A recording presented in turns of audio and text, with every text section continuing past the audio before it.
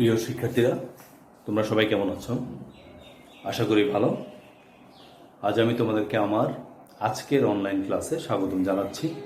অষ্টম শ্রেণী তথ্য ও যোগাযোগ প্রযুক্তি, পৃষ্ঠা 27।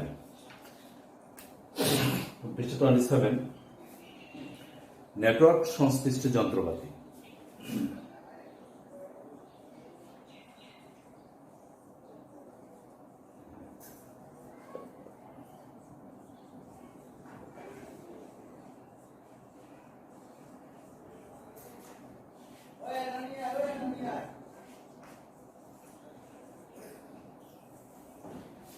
শিক্ষার্থীরা, তোমরা দেখো, আমরা কম্পিউটারের যে নেটওয়ার্ক করব বা নেটওয়ার্কিং করব, কম্পিউটার নেটওয়ার্কিংয়ের জন্য কিছু যন্ত্রপাতি লাগবে।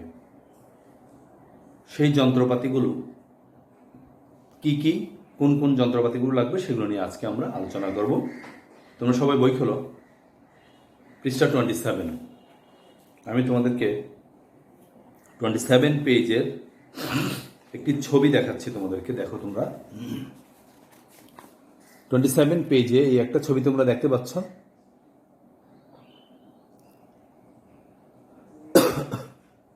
এটি হচ্ছে যে হাব এবং ইউএসবি হাব। এখানে দুইটি হাব দেখা যাচ্ছে, একটা হচ্ছে হাব আর একটা হচ্ছে কি ইউএসবি হাব। ঠিক আছে, আসো আমরা একটু ডিটেলস পড়ি। আমরা ষষ্ঠ ও সপ্তম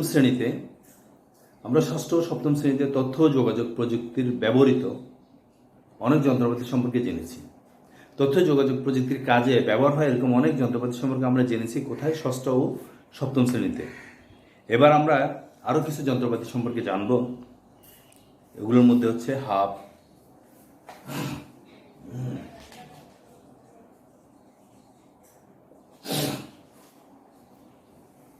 সাধারণত তারযুক্ত নেটওয়ার্কে থাকা অনেকগুলো আইসিটি যন্ত্র তথা কম্পিউটার, প্রিন্টার ইত্যাদিকে একসাথে যুক্ত করতে হাব ব্যবহার করা হয়। ঠিক আছে, অর্থাৎ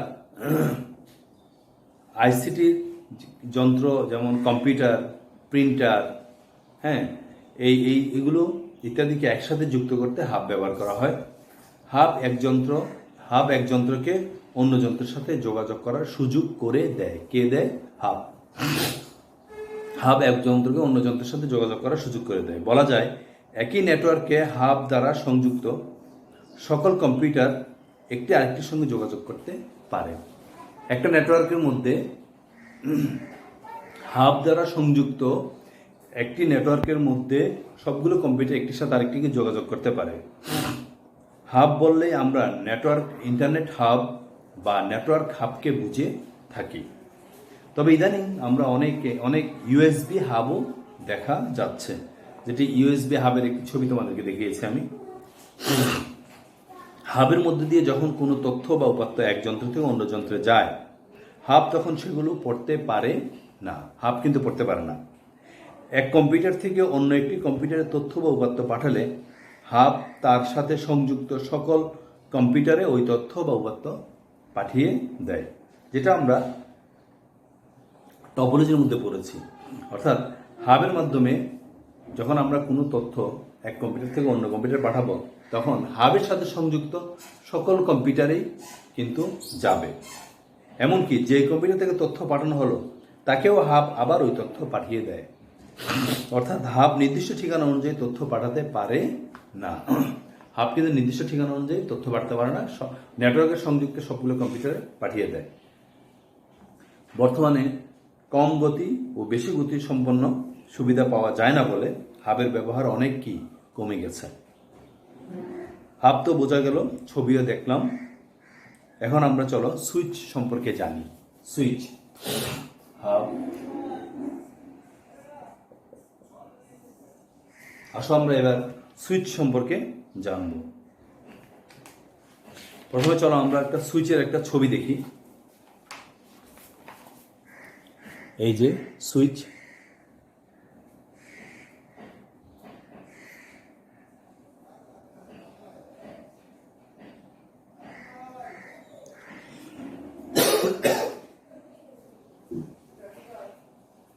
পৃষ্ঠা 28 পেজ।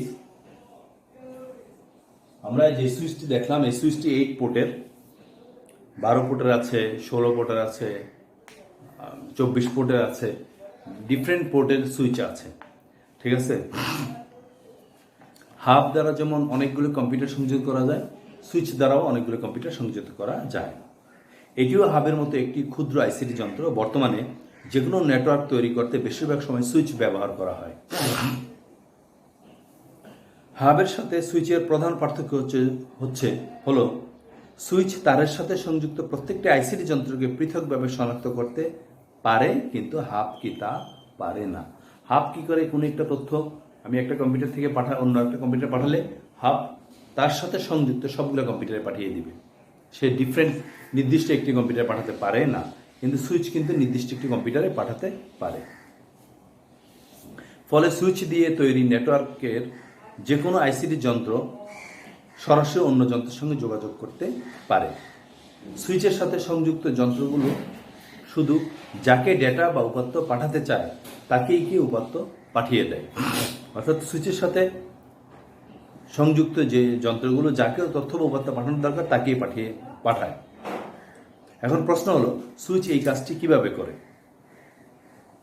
সুইচ তার সাথে সংযুক্ত প্রত্যেকটি আইসিটি যন্ত্রের একটি করে ঠিকানা বরাদ্দ করে। কে বরাদ্দ করে? সুইচ। সুইচের সাথে যতগুলো আইসিটি যন্ত্র সংযুক্ত থাকবে প্রত্যেকটি আইসিটি যন্ত্রের জন্য একটি করে নির্দিষ্ট ঠিকানা বরাদ্দ করবে এবং ওই ঠিকানা অনুযায়ী তথ্যের আদান প্রদান করে। অর্থাৎ কোনো একটি ঠিকানা থেকে অন্য কোনো ঠিকানায় উপাত্ত বা ডাটা পাঠাতে চাইলে সুইচ এক ঠিকানার তথ্য অন্য ঠিকানায় পৌঁছে দেয়। সুইচ এক ঠিকানার তথ্য অন্য ঠিকানায় পৌঁছে দেয়। এই বরাদ্দকৃত ঠিকানাকে তথ্য যোগাযোগ প্রযুক্তির ভাষায় বলা হয় ম্যাক বা media access control address. Mac address তো বলা হয় ম্যাক অ্যাড্রেস।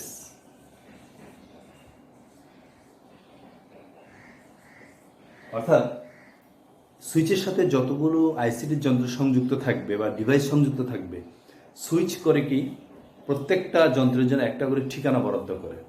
এখন আমি ঠিক যেই ঠিকানায় যে আইসিটি যন্ত্রের জন্য আমি ডেটা পাঠাতে চাই, সুইচ ঠিক নির্দিষ্ট একটি ঠিকানা অনুযায়ী ওই আইসিটি যন্ত্রের জন্য তথ্য পাঠাতে পারে, কিন্তু হাব সেটি পারে না। উপরের শ্রেণীতে এই বিষয়ে আমরা আরো ব্যাপকভাবে জানব। আলাদা আলাদা ঠিকানা ব্যবহারের কারণে সুইচ হাবের চেয়েও অনেক দ্রুত গতিতে কাজ করতে পারে। কে? সুইচ। আলাদা আলাদা ঠিকানা ব্যবহারের কারণে সুইচ হাবের চেয়ে অনেক বেশি দ্রুত গতিতে কাজ করতে পারে। এই জন্য নেটওয়ার্ক তৈরিতে সুইচ এখন কি সবার পছন্দের। এই জন্যই নেটওয়ার্ক তৈরিতে সুইচ এখন সবার পছন্দ। এখন সবাই সুইচই ব্যবহার করে। এরপরে আসি আমরা আরেকটা নেটওয়ার্ক সংশ্লিষ্ট যন্ত্র, রাউটার। ছবি দেখো।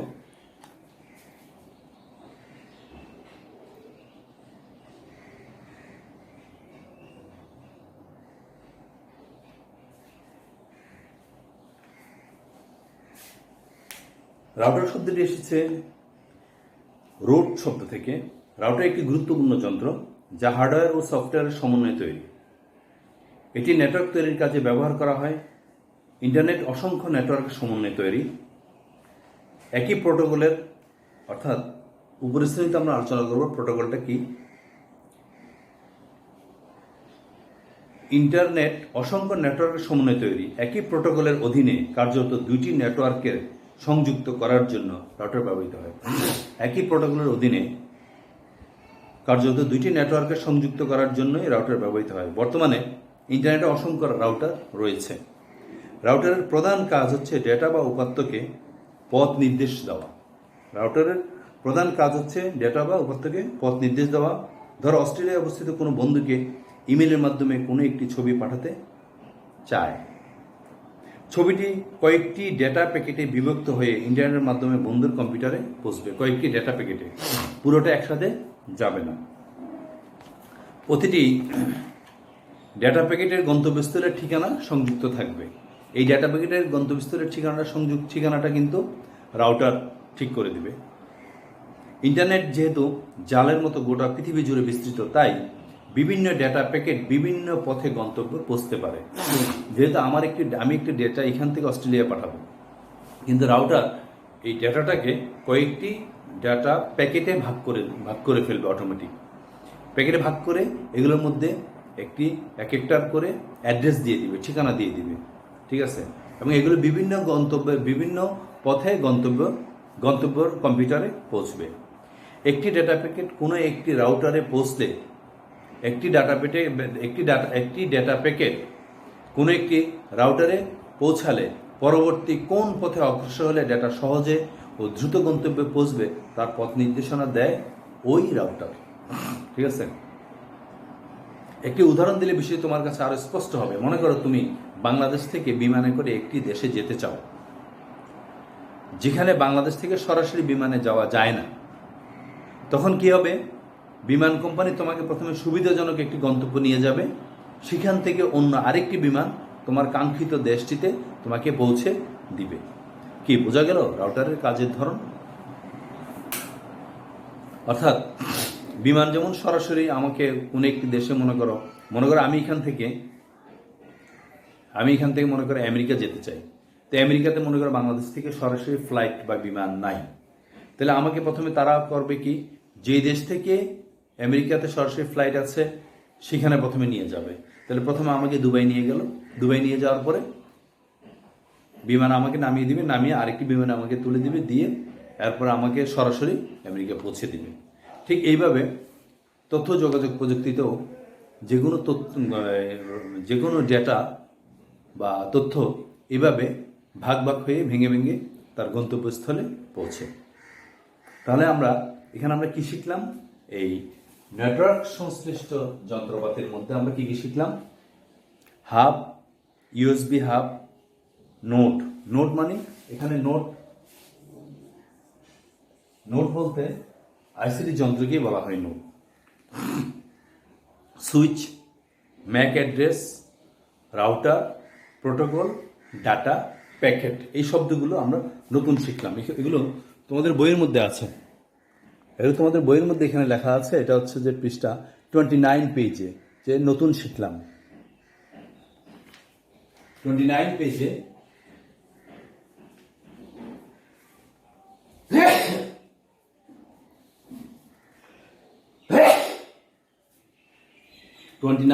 এই শব্দগুলো নতুন আমরা শিখলাম। যে শব্দগুলো সেগুলো আছে। কি শিখলাম? Hub, USB hub, node, switch, Mac address, router, protocol, data packet. ঠিক আছে আজ আর নয়, দেখা হবে পরবর্তী আরেকটি অনলাইন আইসিটি ক্লাসে। সেই পর্যন্ত স্টে হোম, স্টে সেফ। ধন্যবাদ সবাইকে।